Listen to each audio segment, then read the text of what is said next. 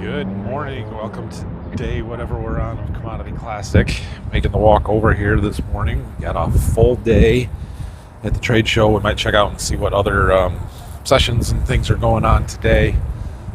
Yeah, should be a good one. I hear there's a couple of rooms upstairs that we have not seen at all, so we'll go check that out. And I did not make it through the whole show yesterday. This one, because you know you're going to be here for multiple days, you just kind of take your time, and so I didn't make a real conscious effort to get through the whole show yesterday. So let's see what we can find.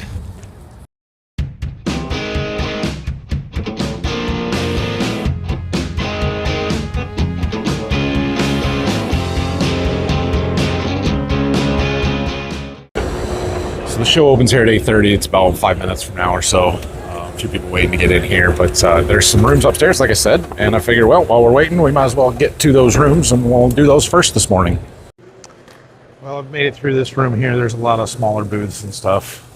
Some interesting products, some cool things like this tote mixer that's right here.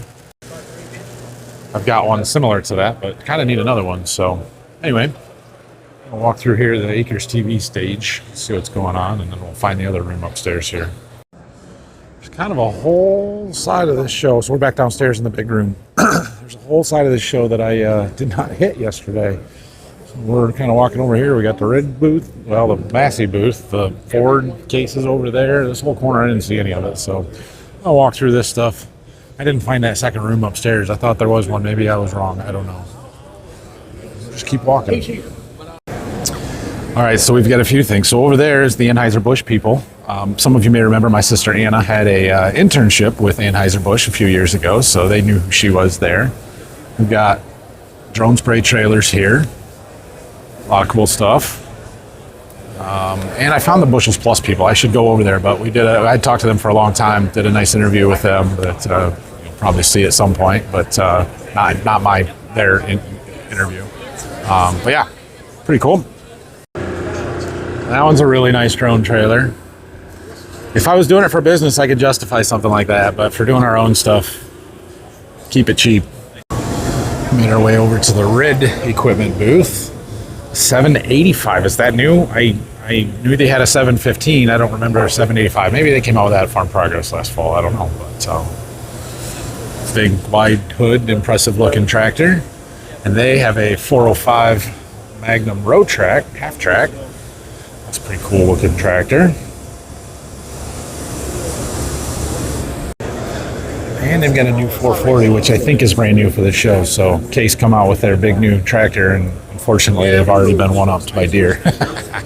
This one's cool though. The red, white, and blue for the 250th anniversary.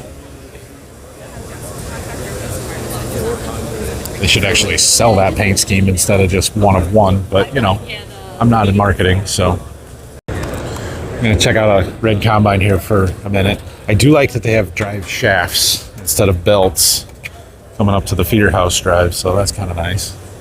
See if I can get a chance to go up here and sit in this.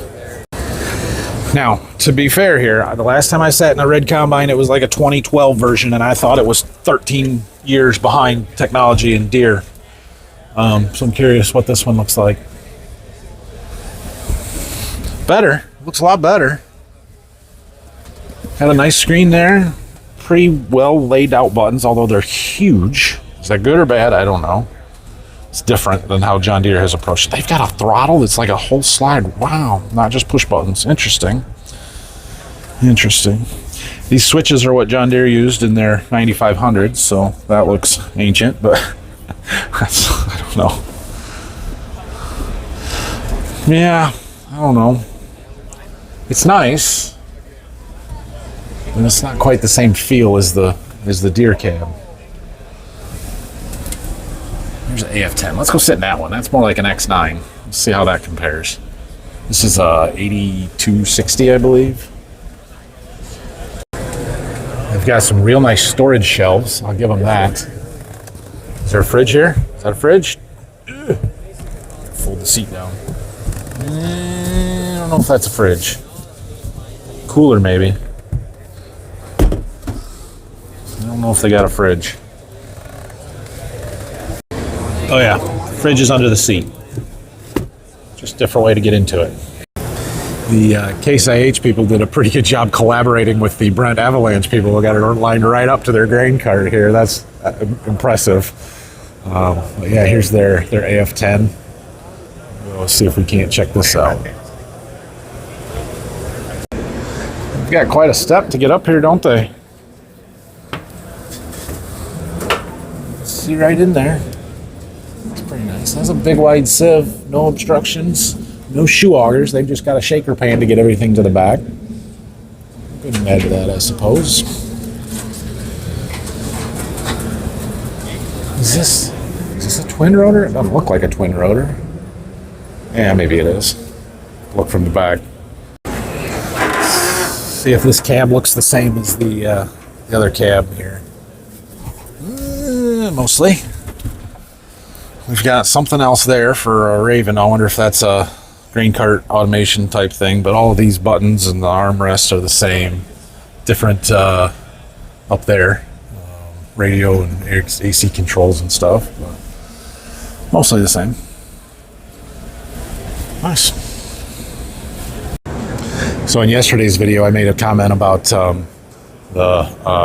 Amazon spreader over there and their section control, and I referenced the other one that we saw, but I don't think I actually filmed it. But I went to the seminar yesterday morning, and it was Underforth and their ProForce here, and they have developed a section control for their spreaders. And so I was going to check that out here. It's kind of a weird idea, but this is it. It uses a fan over there to blow air. Opens a manifold and it blows air to move fertilizer from one section to another, and they can do 4 sections. And I mean, it's cool. I don't know how reliable. I don't know how accurate. They had some pretty cool pictures here, right here, where you can turn on, individual sections. It doesn't have to work from the outside in. And they made this script where they spread it with like cover crop seed or something, and it works. So that was cool. But the Amazon guys are running 128 sections on a 120-foot spread, and Underforth is running 4 sections on like a 90-foot spread. So there's another one of the new drone models, Ceres Air. I've heard a little bit about these. Come with like a 32-gallon tank or something. The drone thing is not slowing down. They're massive. This is over here by the John Deere booth, and since we just took a look at the Case cab, I thought, well, let's come and look at the John Deere cab, and you can see the differences. Somebody's got way too much air in this seat. But you can see Deere's controls are all just a little bit more compact here. In my opinion, this is more ergonomic than the straight up and down Case one. A little bit smaller, you can reach everything better with just your thumb. This is what I'm used to, so that's the caveat there. It'd be interesting to see if they change the armrests in the combines to match the new tractors with the second little screen here. But I like on our combine how, if I want to adjust something, rather than going and searching out that big button that's all on this whole big armrest that Case has, right? Like concave clearance, it's right here. I spin the little dial to where I want it. Same thing with all these other ones.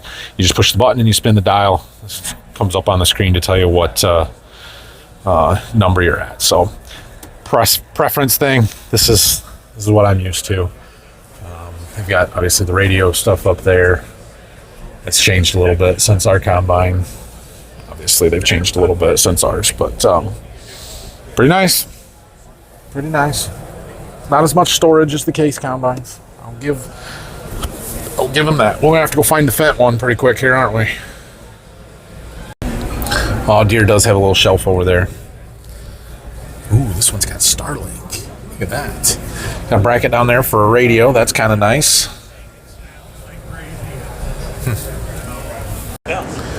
Oh, the Farm for Profit guys are over here recording at the Commodity Classic, John Deere booth. I have no idea who those guys are, but that's all right. We'll listen to it in a couple weeks, I suppose. The entire reason why we're out there asking for it. Imagine the boundary mapping I could do with this thing. Oh, that'd be sweet.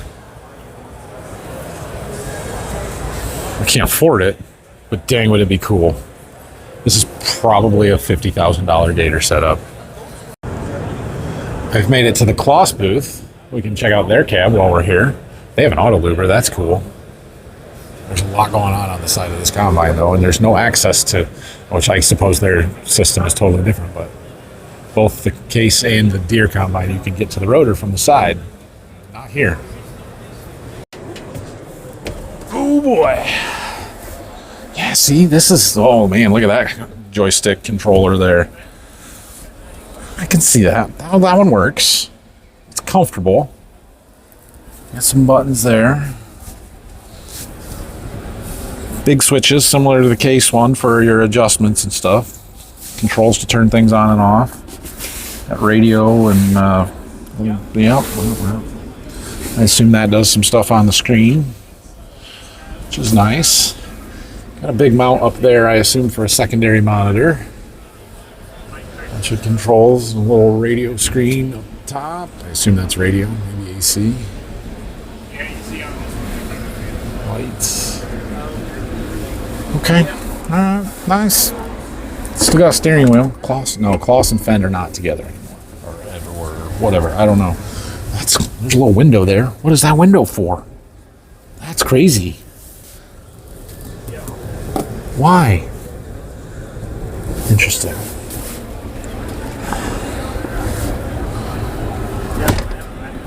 Not bad. You got a fridge? Yep, sure do.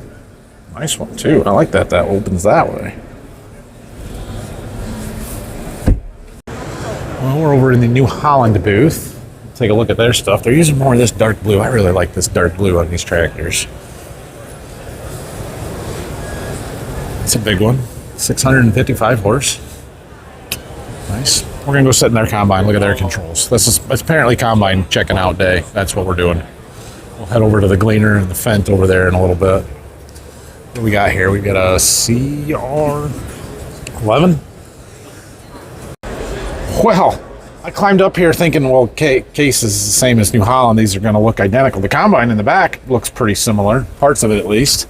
But this armrest is totally different. It's still a massive, huge thing compared to the Claas and the Deere, but their switches and controls are vastly different. I don't know that I like it, honestly. This is better. This is better than the Case one. You got a little hand rest thing here, and it's more manageable. But man, those switches are a long ways apart from each other. There's a lot of them there. There's a lot of space in between all of these.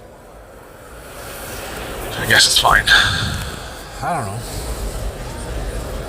That's nice. Those are lights up there. Okay. Oh, okay. So some of this is nice, like to open and close the grain tank covers here. Auger fold and unfold. You know, I got to go through the computer to get to those, and sometimes it takes a few button pushes to get there. So that's kind of nice. I do like that. But I don't know. It's nice. An emergency stop button.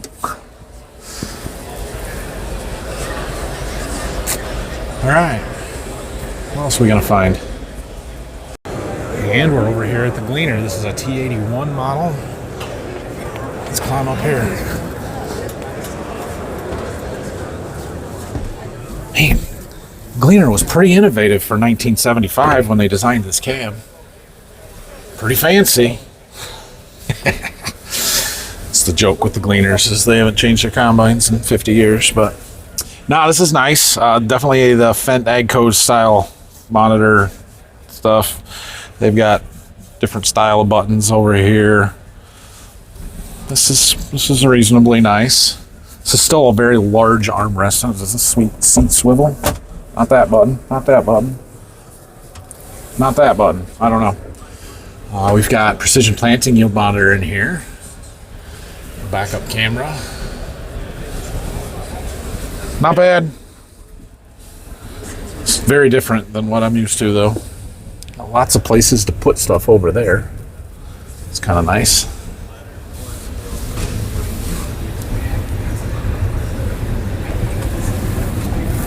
Interesting. Okay. I'm gonna go over to that one. All right, we're gonna go check out the Fendt. They don't trust you to climb up their stairs, so they just took them off and built new stairs. Oh no, they fold them around the front.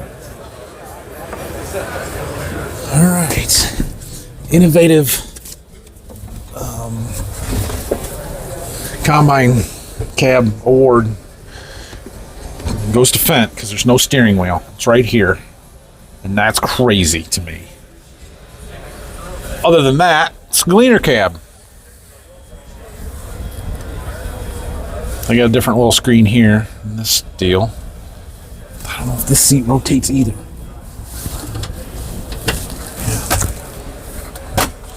I don't know.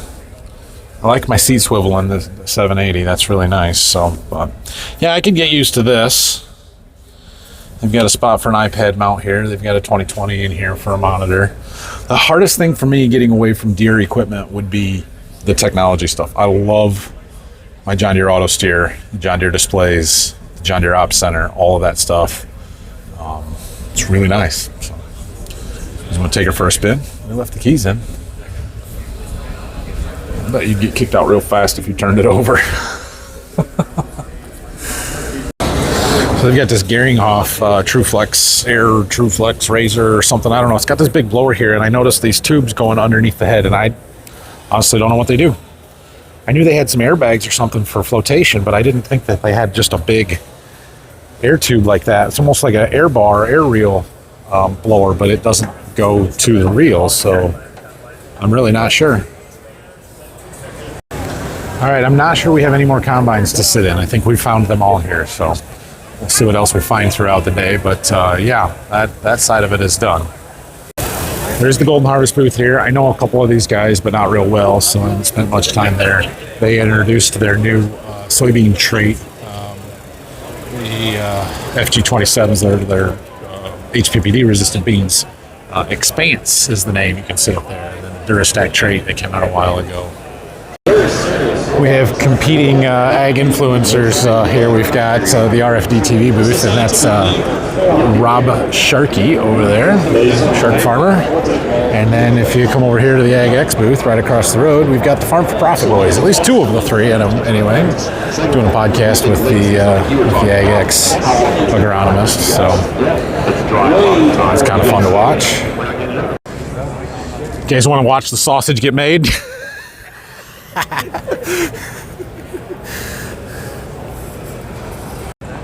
So the nice thing about this show is that it's pretty calm, quiet. There's not a huge number of people here and stuff. So I spent a lot of time just hanging out here. Tony's been hanging out by the Amazon that booth quite a bit, and so I've been talking with him a little bit, seeing some of the other ag guys around here. And yeah, he was making a TikTok making fun of the John Deere people here. You better go find it because it's pretty funny. We've been having a good time this afternoon. Well, the show's just getting ready to close for the day, 3:30. They can get out of here a little early today, and I think tomorrow too. I don't know. I got to leave before the show closes tomorrow. But I've been, like I said, hanging out with Tony Reed here, and it sounds like he's going to do a podcast. I don't know if it's with the Farm for Profit guys. I think it's actually with the Everything Ag, Paulson. I was going to see if I could hang out with that. I'm trying to find some people to go hang out with here tonight, but we'll see how it goes. They might kick me out of here as soon as the show closes, so we'll see what happens, I guess. Good morning again. We had quite a night last night, so show closed there around 3, and went back to the hotel and talked to the family a little bit and stuff, and then went to walk around the river walk here in San Antonio. I met up with the Heads Up crew for dinner at the Rainforest Cafe, which was an experience, but it was good. Then met up again with Tony and Kiwi Be Good here over on TikTok. Jamaican farmer, the Everything Ag podcast guys. We had a good time. It was a good night. So we're heading back over to the convention here this morning. I've got flight out this afternoon at about 4 o'clock. We gotta head to the airport after lunch. So we'll see what else we can find here this morning, who we can find, whatever else we're doing, and then head up for home. So yesterday we sat in all the combines, right? That's probably earlier in this video since I didn't already post it. I'm trying to figure out what to do today. We've got sprayers. There's a few of those here, or we could do tractors. There's a few of those here as well. I don't know. I'm thinking tractors. Let's do tractors. Since I'm over by the John Deere booth, I know we've already done this one a couple days ago, different video, but we'll start here. So this is the new cab on the 8RX540, which I assume is the same cab on the 8R540, but not the same as that 8R410 over there. We've got, ooh, look at that fancy signature edition. Little redesigned from what we're used to. Throttle is different. We got this different hand placement. We've got a new screen here. We've got all kinds of monitors, all kinds of screens. Yeah, decent, nice controls. Command Pro in this one, which is a little different. Maybe, I don't know if it's actually any different. This looks different to me, but yeah. Push button start. Nice cab, very comfortable. I'm a fan. I'm not gonna lie, I am a fan. Ooh, we got a little extra storage here. That's nice. That's the problem with ours is there's just not a lot of cup holders and places to put stuff. So that's kind of nice. Seat swivel's really nice. Goes a long ways. You got a tinted rear window on this one. Fancy. Yep, this one's nice. Let's see what else we can find. All right, here we've got a Claas 960 Axion. Half track. Interesting steps to get up here. A little platform. Very gray cab. Looks a lot like, did we sit in this yesterday? No, that's the combine. We sat in the combine over there. Look at that screen. Nice. Nice. Man, it would take me some time to figure out how to run this. Forward and back. There's no side to side, just forward and back. I assume there's a trigger. Yeah, right there's a trigger. I don't like the placement of that one. Clear up in the front here. I don't know what this is for either. Forward reverse maybe? That's what it looks like. Is that what this is for? I don't know. Got some hydraulics. I assume that one's the throttle. PTO switches.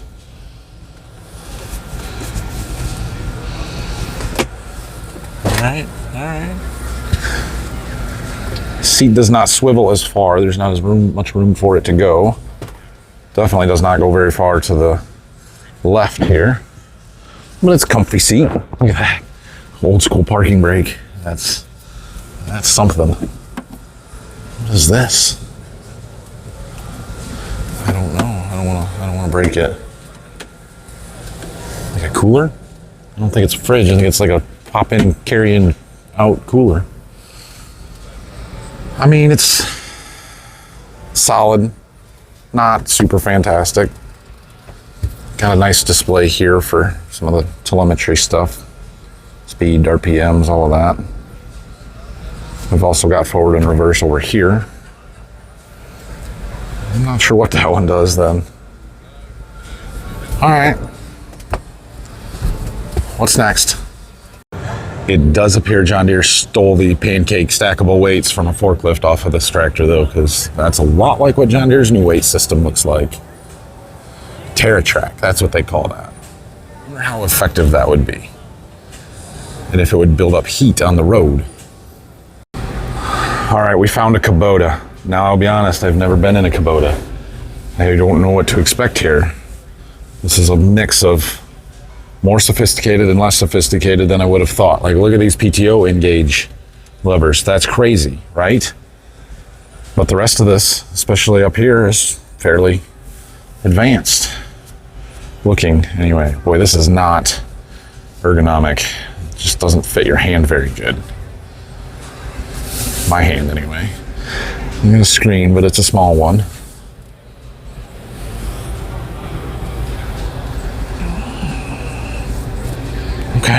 Okay. Not fantastic, but not bad. Got a bunch of stuff up on the sun visor up there. We have buttons over here. I'm not sure about that. Mirror? I think it's for the mirror. Auto power mirrors. It could be. All right. This is a much smaller tractor than the other ones we've been in. That's what that one looks like. Ooh, it does have a door over here. I didn't even notice that from inside. I don't know if it would ever get used, but it's got it. We have that on our 7520. I guess this is a similar size tractor. I use it occasionally. All right. We'll go in a blue one before a red one, so we'll say that the red one's copied blue instead of vice versa this time. But what do we got here? New Holland T7 440. This is a 440 horse tractor. Holy crap. That's big. Got some nice carpet. All right. All right, this is a little more modern cab, a little more advanced feature looking. Ugh. Ooh, we do have a screen there that I liked on the one tractor, but on this one feels like I can't see it. I don't know if it's because it's not curved and I can't see the corners up there or what. Similar controls layout on the rest of it though. We've got this same weird, not same, but similar. Like, is this your speed control forward and back? Then what do you do with this? Faster, slower? But there's a button here to change directions. I don't know. A bunch of stuff up there. We got a cord hanging down for an ISO monitor. A couple of ram ball mounts. What is that? I don't know. Is that a screen? Might be a screen. What is this thing for? Is that how you're supposed to use that? I don't know what it does. We got controls way back here. I'm used to on my Deere. These fingertip controls are on the front of the armrest, not the back. It's kind of strange. Ooh, that's... Oh, it slides. That's kind of nice. If you're not using those, I guess. Get your armrest forward. Ooh, we still got an old school parking brake down there. No, maybe that's something different. Oh, it's parking brake. I don't know what that is. Anyway, not bad. I don't mind this. I don't know how to run it, but it's fairly comfortable. Don't have a lot of swing. Still don't have much swivel on the seat. Like, that's really short amount of swivel. It's got a key. Still got a key. John Deere doesn't have a key, so.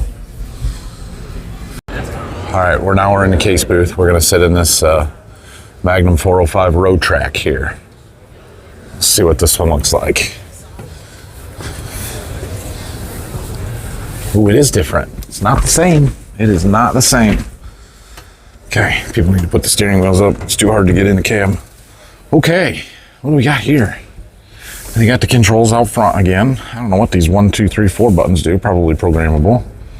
Ooh, we got dials underneath the armrest. Dials there that I don't know what they do.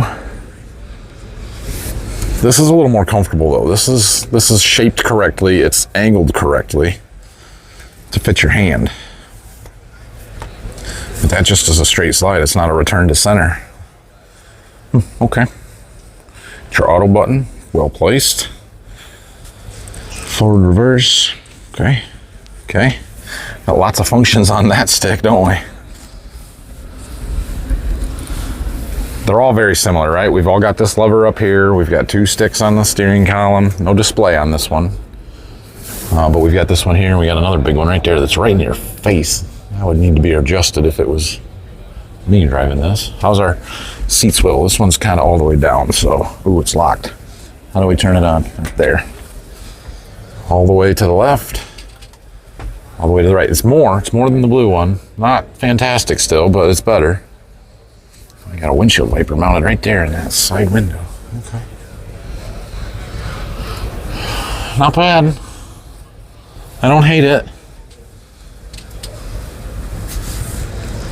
Fridge? No, not a fridge. I assume that the cab on the 405 Magnum Road Track is the same as the new 440, although Deere's are different, so maybe I should sit in that one as well. I got suckered into signing up to win a Case IH toolbox down there and giving them all of my information, so I don't know. I told her I don't know what I would do with it if I won, but she didn't get it. All right, we've made it over to the AGCO tractors. Massey Ferguson 9S425, which I will assume is 425 horsepower. It's very bright in here. That's got to be an add-on light for the show, right? Yeah. Anyway, look at this one. They got all their screens on and everything. We got a precision planning monitor in here. I don't know what this one is for. Something for the planter, I will assume. Brian Brown's run one of these, and he really likes his. So we got a key and everything. We can just start her up. Nice, nice. Futuristic looking. This is somewhere in the middle. It's a little upright. It's a little too small. Should be a bigger diameter, girth. Yeah. Reasonable buttons for the rest of this stuff. Throttle, nice, nice. I'm assuming there's something that can go here. Maybe if you have a loader or something on it. Got a couple of screens there. That's a fancy looking display up in that corner up there. Those are sweet seat swivel. It's locked. How do we unlock the seat swivel? Not that button. Not that button. Not that button. The seat does not swivel. Really? Nope. I can't figure it out, so we won't be able to test that one. Ooh, look at that. That's nice. The seat doesn't swivel, but the seat back swivels. Okay. Okay. We got some AC vents up there. The flashers button is a little difficult to get to way up there, but I suppose it's doable. Light switch. We've got, this is different than the other ones, but we've got forward reverse here. Looks like we've got turn signal up there, high beams, wipers. No idea about that one. The back button is there for some reason. I don't know. Cool. It's very bright in here. All right, next up, Fendt. Do we pick the wheeled version or the 2-track? I always like the looks of these tractors. We're gonna go up this one. Assuming the cabs are the same. Ooh, powerful ladder. Let's see what we've got here. Alright. Ooh, not the same. Not even close to the same as the... What in the heck? We got buttons on the steering. Ooh, this seat is slippery. Ooh, it does spin. Right there. Right there. It's not a lot. It's not a lot. What is this? What is this like? Is this the new steering ball? Interesting. I've never seen anything like that. Doesn't move, doesn't spin, but it does give you a nice spot to put your palm on it, I guess. Well, we got buttons up here. Those are kind of inconveniently placed. Some of those inconveniently placed buttons may be things that you almost never use, though, right? So it's not the end of the world. This one's very straight up again. It's a lot like the combine ones. Was that the Ideal yesterday? I don't remember one of them that it was very flat. Oh, it was the case one, I think. Yep, I would be sticking my thumb in there all the time, getting it stuck. Min, max, C1, C2, I don't know what those do. There's a green one and a red one. Go, end, I don't know what those do. Interesting. We got a little one over here. That's the hydraulics, I'm assuming. All right. I don't love it. Just being honest, I don't love it. I am very biased though, so you should not take anything that I say seriously. Okay. Is it the same as that one? Boy, those lights they get old to look at, don't they? We might be out of tractors to sit in. I'll have to walk around and see if we find any more, but yeah, Precision's got their AeroTube or PTX, whatever the heck they're calling themselves these days. They've got their AeroTube here, which is really cool. I was going to try and film their video a little bit, but there's a big crowd of people in front of it right now, so we'll come back. I do find it funny that we have the Midas and Trelleborg tire booths right next to each other. Honestly, did not know that they were not the same booth until just now. I've walked past it probably 15 times in the last 2 days. I'm like, oh, that's two separate tire companies. Interesting. The one, I was sitting there yesterday, Trelleborg, they're advertising a 5,000 hour guarantee on their tires, which is, if you can get a set of tractor tires to last 5,000 hours, you're doing pretty good, right? Should ask them if they will make tracks for my 8RX that'll last 5,000 hours. That'd be something. These farm for profit guys, like they're on like their third interview of the morning. It's like 10 o'clock. Stop. My son is saying, you don't always keep that combine full. All right, well, we're still walking around the show a little bit. Spent a little time in the heads up booth talking to those guys. I'm gonna go up and grab lunch. It's a little early, 11:30-ish or so, but it got really busy up there earlier. Lunch is included at the Commodity Classic, so I'm gonna go do that and then we'll come back down and I don't know, about 1 o'clock I better head out of here back to the hotel, get my bag, and then to the airport. So it's playing. Look at this drone trailer. Man, wouldn't this be awesome? Probably cost 80 grand, but you know, got a platform cover, you got all your stuff, generator. It's perfect setup if you were doing it. You can get a little perspective of the show from up here.